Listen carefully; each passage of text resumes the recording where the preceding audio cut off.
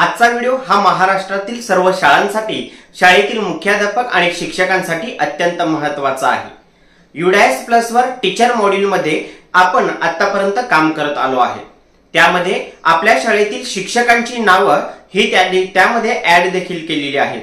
त्या शिक्षकांच्या नावांना देखील आपण अपडेट करतो। आधार व्हेरिफिकेशनचं काम आपण त्या ठिकाणी करत असतो।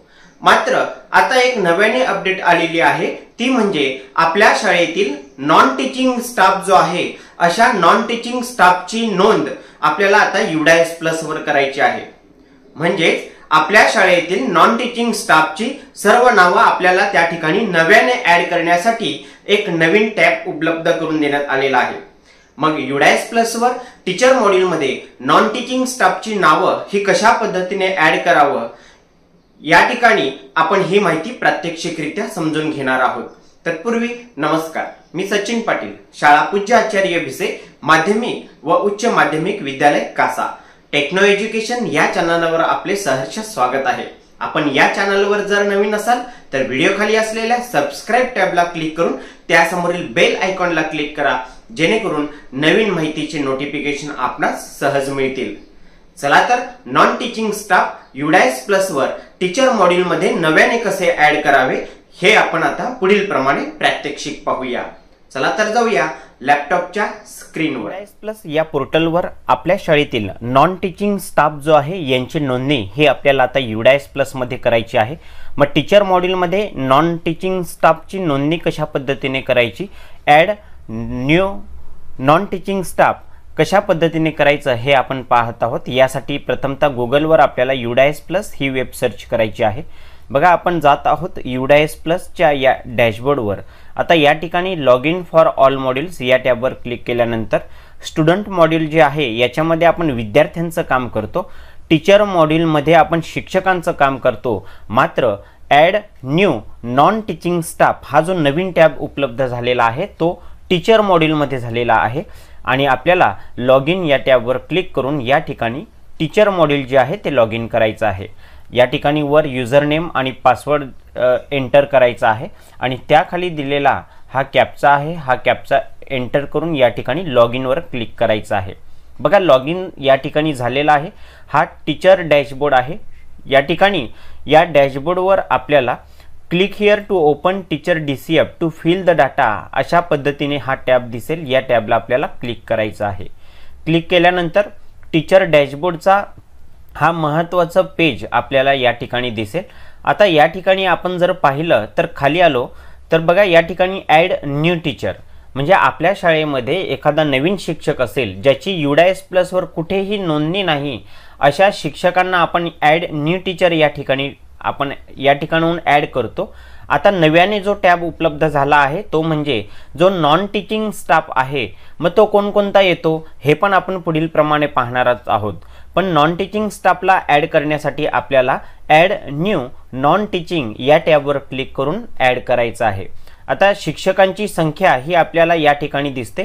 मात्र आपल्या शाळेतील जो नॉन टीचिंग स्टाफ जो आहे हा आतापर्यंत आपण युडायस प्लसवर ॲडच केला नव्हता, कारण टॅब नव्हता म्हणून। आता नव्याने टॅब आला आहे, आता या ठिकाणी आपण ॲड करायचं। जसजसं नव्याने आपल्या शाळेतील नॉन टीचिंग स्टाफला आपण ॲड करत जाऊ तशी संख्या आपल्याला या ठिकाणी दिसेल।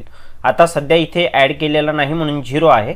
मी जर एका नॉन टीचिंग स्टाफमधील एखाद्या सदस्याला या ठिकाणी ॲड केलं तर या ठिकाणी 1 येईल। जसजशी संख्या या ठिकाणी वाढेल तसं या ठिकाणी आपल्याला आकडा दिसेल। आता ॲड करण्यासाठी आपल्याला ॲड न्यू नॉन टीचिंग या टॅबवर क्लिक करायचं आहे। या टॅबवर क्लिक केल्यानंतर या ठिकाणी एक जनरल प्रोफाईल माहिती भरण्यासाठी हा फॉर्म ओपन होईल। या फॉर्मला आपल्याला फिलअप करायचं आहे। आता फॉर्ममध्ये पाहूया काय काय माहिती दिली आहे। बघा, पार्ट ए जो दिला आहे तो म्हणजे त्यांची जनरल प्रोफाईल। ही जी जनरल प्रोफाईलमध्ये माहिती भरायची आहे ही त्यांची व्यक्तिगत जी माहिती आहे ती आपल्याला या ठिकाणी टाकायची आहे। जसं की पहिल्यांदा आहे name of the non teaching staff. Capital लेटरमध्ये आपल्याला हे सगळं भरायचं आहे। कॅपिटल लेटरमध्ये त्या जे कोणी नॉन टीचिंग स्टाफमध्ये असतील त्या सदस्यांची नावं आपल्याला या ठिकाणी कॅपिटलमध्ये टाकायचं आहे। जेंडर या ठिकाणी सिलेक्ट करायचं आहे, मेल फिमेल जे काही असेल ते। जे कोणी नॉन टीचिंग स्टाफ आहे त्यांची डेट ऑफ बर्थ या ठिकाणी एंटर करायचं आहे।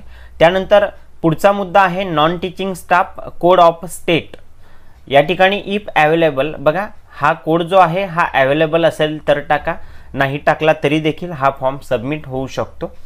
त्यानंतर आहे सोशल कॅटेगरी, म्हणजेच या ठिकाणी जी कास्ट असेल ही कास्ट त्यांची या ठिकाणी निवडा. त्यापुढे आहे हायेस्ट अकॅडमिक क्वालिफिकेशन, सर्वात उच्च जे शिक्षण त्यांचं झालं असेल ते शिक्षण या ठिकाणी आपल्याला निवडायचं आहे, जे काही असेल ते. मग सेकंडरी, हायर सेकंडरी, ग्रॅज्युएट असेल, पोस्ट ग्रॅज्युएट असेल, PhD असेल, जे काही शिक्षण त्या ठिकाणी त्यांचं झालं असेल त्या ठिकाणी निवडायचं आहे. डिग्री जी असेल ही डिग्री या ठिकाणी जे क्वालिफिकेशन आपण निवडणार त्यावर बेसवर आधारित या पुढचा हा टॅब ॲक्टिव्ह होईल.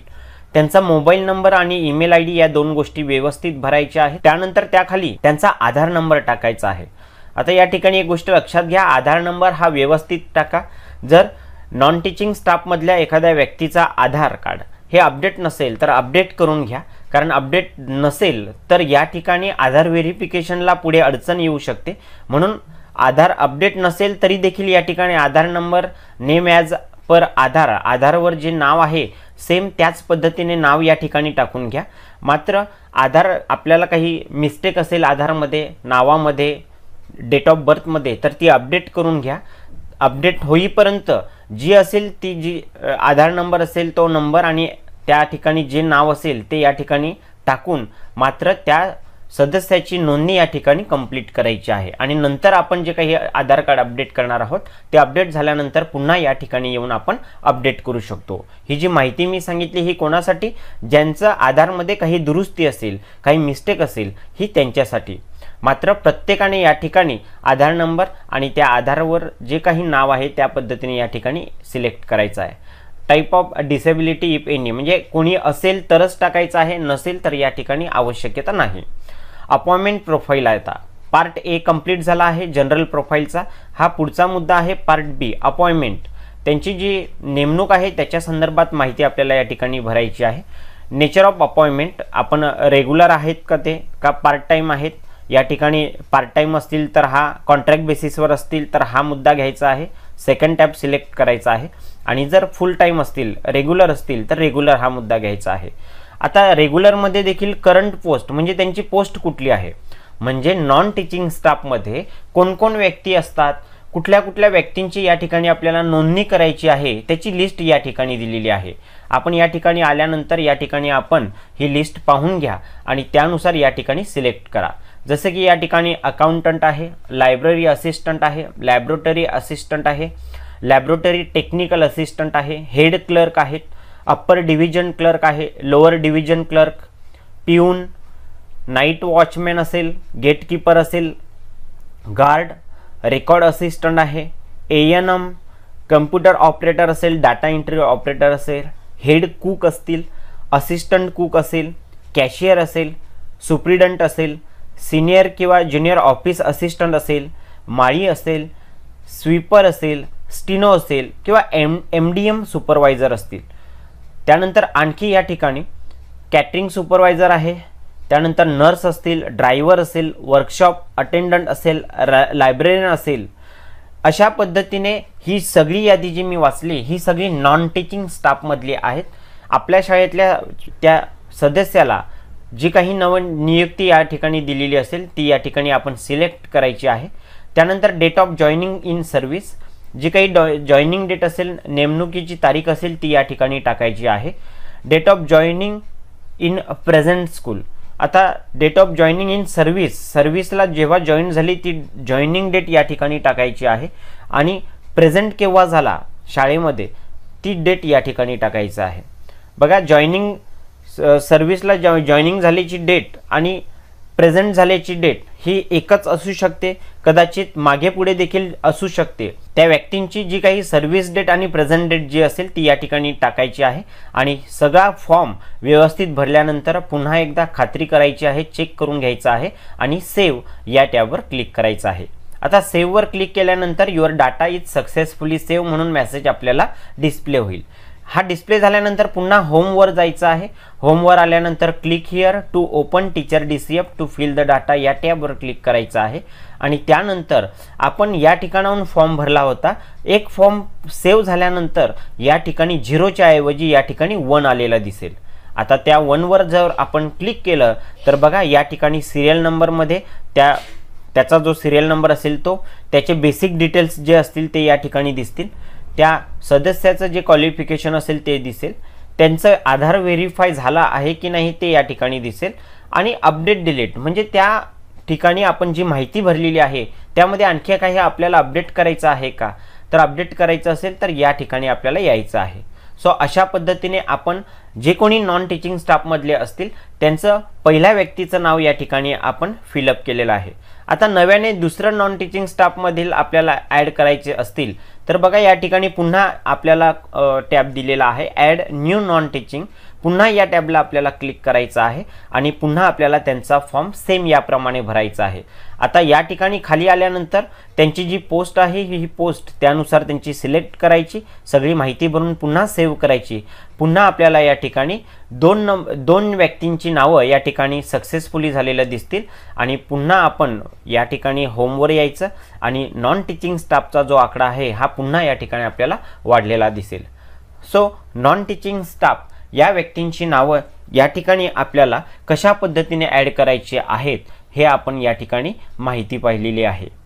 मी आशा करतो की दिलेली सर्व माहिती ही आपणास नक्कीच समजली असेल.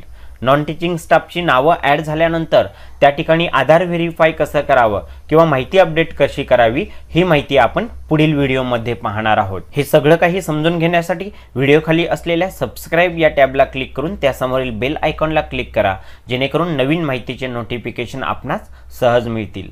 चला तर भेटूया पुढील एका नवीन व्हिडिओसोबत. धन्यवाद.